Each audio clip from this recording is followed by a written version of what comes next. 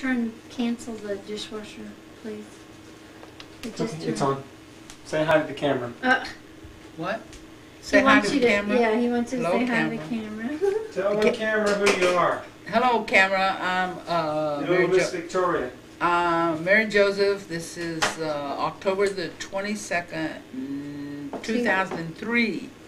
My kids want to know something about when I was little, and I don't really remember a whole lot. Well, now tell me first of all, do you remember wanting to be a performer, or did your parents ask you to do it? I was too young to want to do anything. It was just that I had a real good memory, and it was easy for me to learn songs. So my mother taught me a bunch of songs. And then I had a halfway decent voice for somebody small. So, you know. What's your first recollection of performing? I guess I must have been about 3. You know, back in those days we didn't have a TV set, so the kids would perform for the grandparents and for the parents, and people would sit around and children would entertain the parents and then. And I just sang, and I knew so many songs that I was always asked to sing, to entertain, because I knew a lot of songs and because I could pretty well carry a tune for my age. But then I remember taking dancing lessons. And at the dancing lessons, we had a lady who played the piano. Her name was Mary Frances Hunt. Mm-hmm. And I took dancing from Mrs. Coughlin. Her name was Coughlin. And she was really well known here in Victoria as a dance teacher.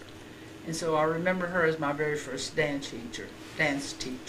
And that was in the early 30s or the very late, maybe 1929 or 1930, 31. In that era right there, those years.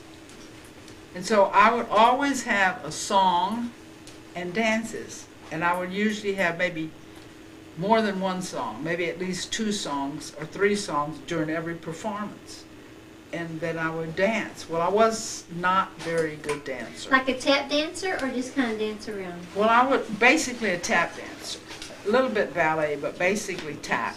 And Elizabeth Ann Atzenhofer was in my class when I was little, and I can't remember everybody that was in my class, but we were all little, 3 and 4, 5 years old.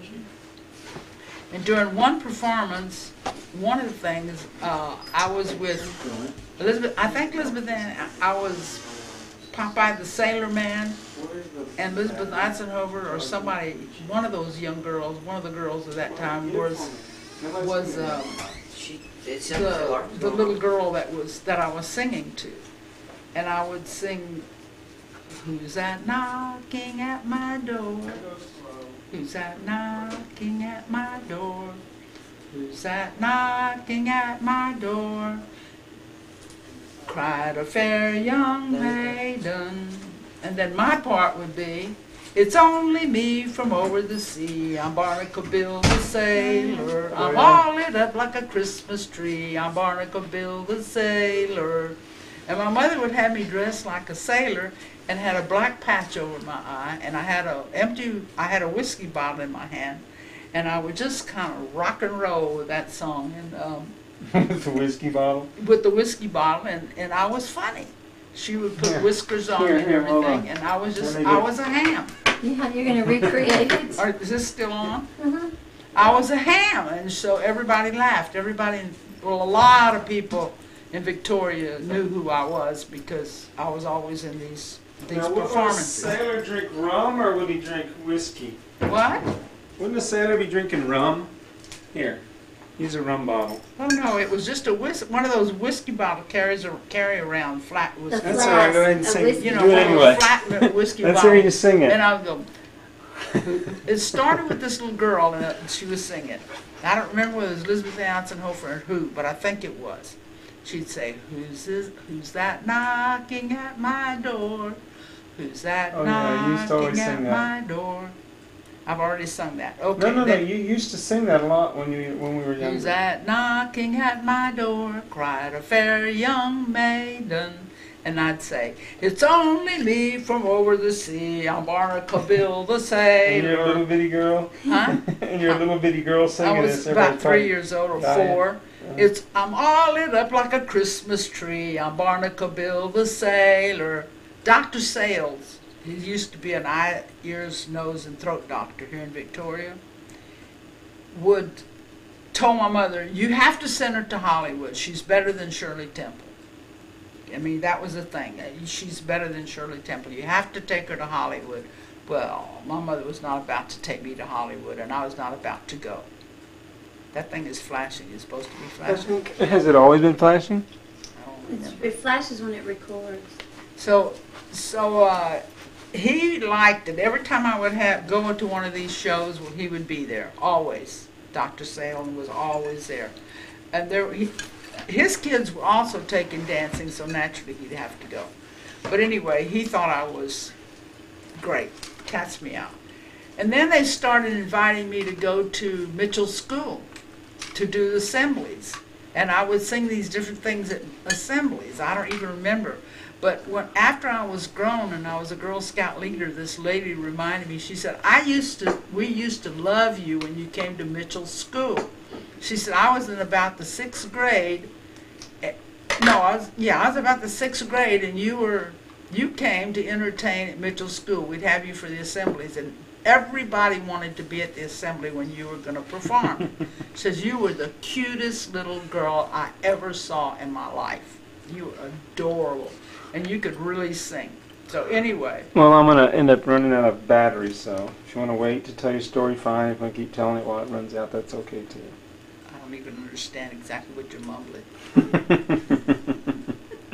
The battery's dying on the thing. Well, so what are you going to do, recharge it? Oh, I don't know. Keep talking and we'll find out. Well, anyway, so one time I was on the stage, and we were all dressed like Oriental girls, Japanese girls, and we all had these little satin pillows, and we were supposed to put them in certain places and then kneel down on them and sing. Well, I don't know who got in my place. Somebody got in my place, and I came out there with my pillow, and somebody was in my place. I had no idea who it was, and I took my pillow, and I threw it across the stage, and wherever it landed, I went over there and knelt on it. And it was obvious that I was mad because somebody was in my place. And the whole audience. So you're bratty. Yes, I was very bratty. And the whole audience went into hysterics. Because there I was, acting out. You know how when you go to a kid thing and somebody acts out, that's the most fun of the whole thing? That's what I did. I acted out. And Mama Haram, she was so mean to Allie Jr. She would dress him up in my costume. Hold on a second, okay?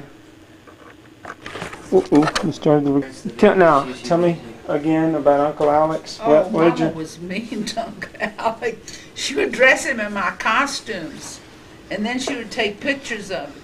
Was he a pretty little boy? He was a pretty little boy. I had some pictures at home. I don't know if y'all have seen him in my costumes, all frothy costumes. Alex Jr.? Alex Jr. And he liked dressing in my costumes. He wanted to be in Mary. He wanted to do whatever Mary did. Whatever I did, he wanted to do it. Whatever I wanted, he wanted it. I'd say, Mama, I want some. And he'd say, I want some too. And she'd say, Alec, what is it you want? Whatever Mary wants. Well, now, tell me some more. You were saying that you would perform at Mitchell School. Yeah, how did you get to where you're on the radio? I don't know how I got on the radio, but I know that, what's her name, Frances Hunt, would be my accompanist on the radio.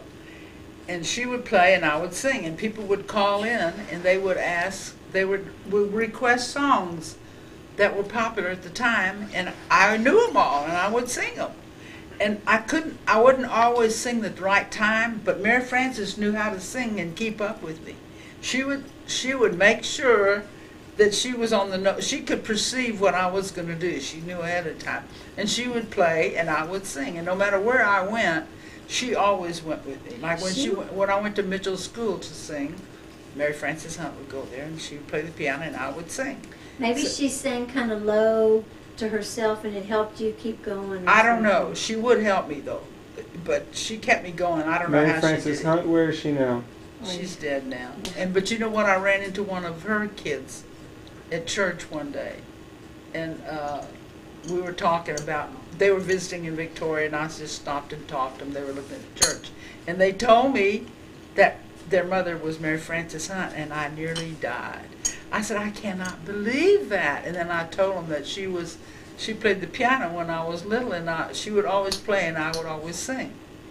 And they were really excited about that, and I was excited about that because I didn't think I'd ever see them again. You know, that was not that long ago. I mean, Mary was already gone. Mary Frances was already gone. But I'd go to her house and practice. Took piano lessons from her a little bit. But mostly I would go over to her house and practice. I would go over there and sing, and she'd play the piano. And I learned, it must have been hundreds of songs. I mean, every song that came out on the radio that was popular, they taught me.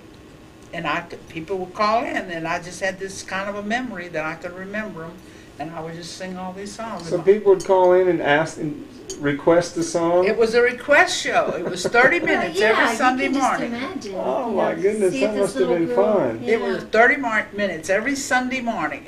And the guys, all my uncles, not all of them, but Solomon Karam and Uncle Abe and Uncle Henry used to live with us. I'm not sure about Uncle Alec, but they used to live with us. We had a 2-story house. And Mother and Daddy lived downstairs, and my uncles lived upstairs. I don't know where I slept. I think upstairs somewhere in a little room.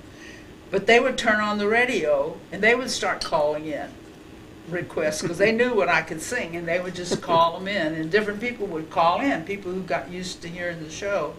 And I don't know how long that lasted, but it lasted quite a while, that I would sing every Sunday morning. And there's 30 no minutes. recordings of it, are there? I don't know if there are or not anywhere.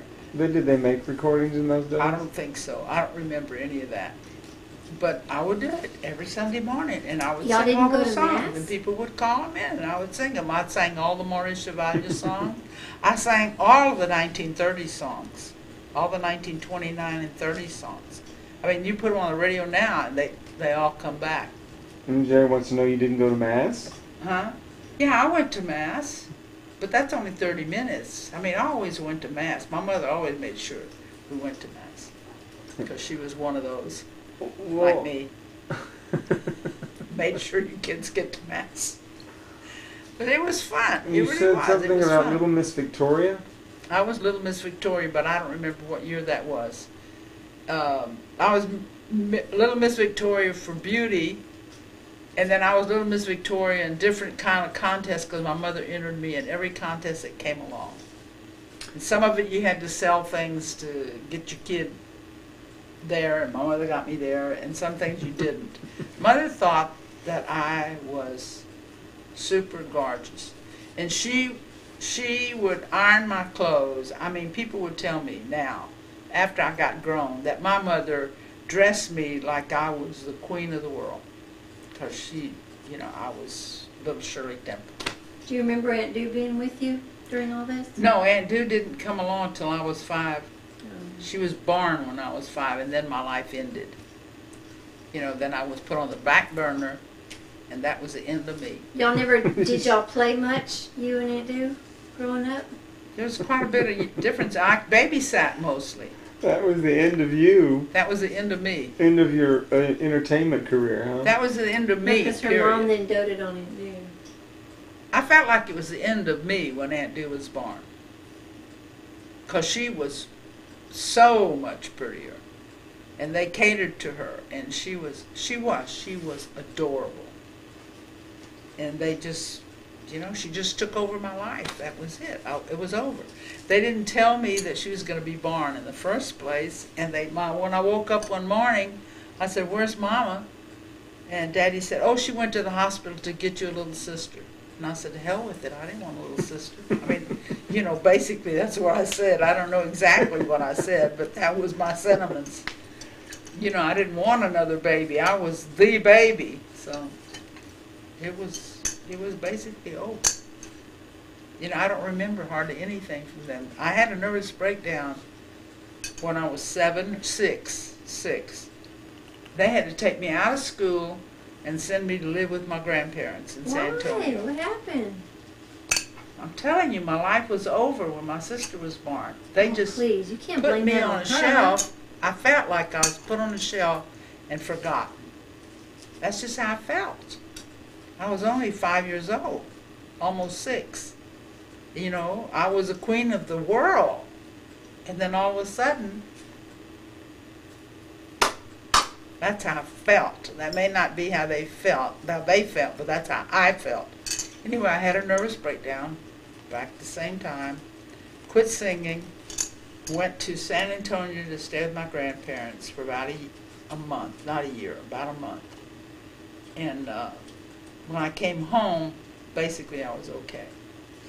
You know, I mean, I was cuckoo. I was washing my hands like this with soap for hours and hours. Made sure I was clean, and I had whatever that phobia is, and just went bananas. And I couldn't step on, you know, like you step on a crack, you're going to break your mother's back. I was fanatic about that. Panicked if I stepped on a crack. What else did I do crazy? It was crazy. And I'd spit all the time. I remember I would spit. I don't know why. My mouth always felt dirty. I don't know why, but I did. I think you were abused as a child. I was That's abused. That's why you went. Abused in what way? Well, my mother was pretty rough. You wouldn't, in those days you wouldn't call it abuse, but today they would have taken me away. Because my mother was rough, but she just didn't know how to handle me. I mean, I was a wee. A wee. That means I was a smart mouth. And my mother was one of those, I mean, you didn't ever talk back to her. And I was talking back to her constantly. I mean, you know, I was smarter than the world. So I got the doo-doo beat out of me. Anyway, she just didn't know better. So anyhow, she cracked me up. Now, tell me about that ring you're wearing. This ring, well, this particular one, I went into Anne Mundine's antique store one day, and she had this ring. I think it was broken right here. I'm not sure. I don't know if y'all had it fixed or she had it fixed or what, or this was out or loose or something was wrong with it. And I said, Anne, where'd you get that ring? She said, I don't know. I bought it with a bunch of stuff from this guy. And I said, my daddy had a ring exactly like that ring. My dad was already dead, but he always had a ring exactly like this ring. And I said, that's exactly like my daddy's ring. She said, really? I said, what will you take for it? She said, $50. And I didn't have $50. And I said, hold it for me, and I'm going to try to get $50. I want that ring. Don't sell it. So it took a while. I don't know how long it took for me to try to get $50. And then I went over there and I said, Anne, where's my ring? She said, oh, Mary, I'm sorry. Somebody came along and they wanted it really bad, and I let them have it. Well, I was not happy. But I didn't really cry. I just was not happy. And was that Christmas or Mother's Day?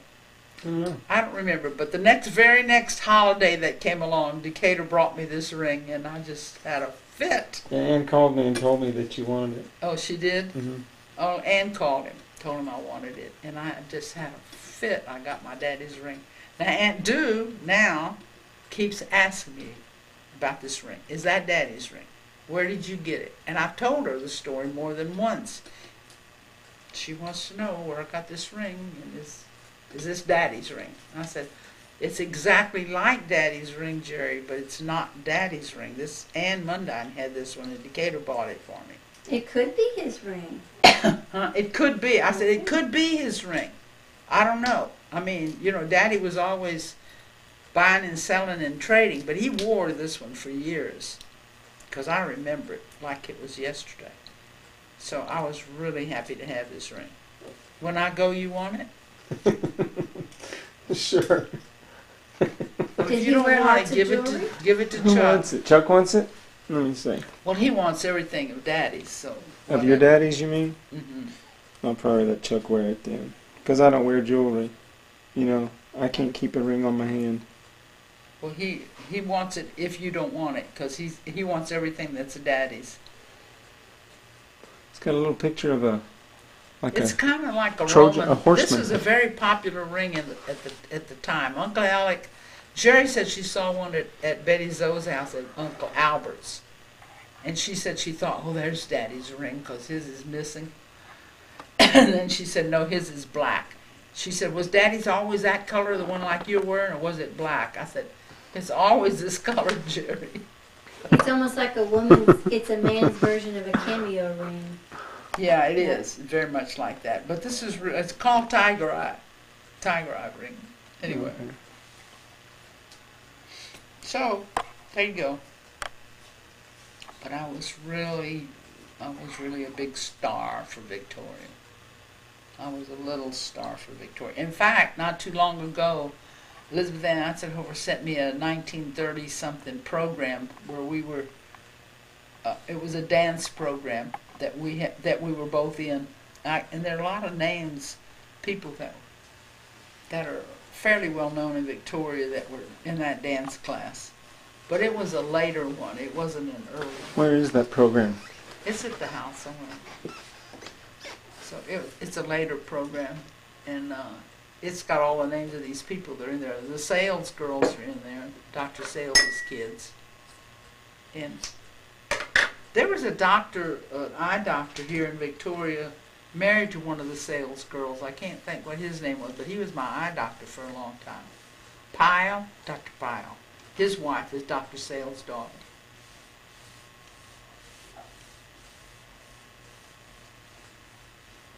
Detars were in my class, dance class. Valerie Detar and Grace Margaret was older. She was in a different class. Grace Margaret Detar. What else do you want to put on the tape? I can't think of anything right now. Why don't we save it till another trip? Okay. I want to hear stories of you and Aunt Do. I don't remember much about me and Aunt Do, except that I was her babysitter. And no matter where I went, I had to take her. Well, would your parents go on trips and you would be in the back seat with her traveling somewhere? I don't know. You don't remember that? Mm-mm. I'm trying to think, like She will remember better than I will. She remembers all kinds of stuff. if Brandon had to remember about Tyler, because are you still taking? They're 6 years apart? I fell out of the car once. We were driving down the road. I don't remember where we were going, but it was Mother and Daddy and Uncle Tom Hike and Cousin Emma, and I was in the back seat. And I don't know how, I leaned over this way and my elbow or something.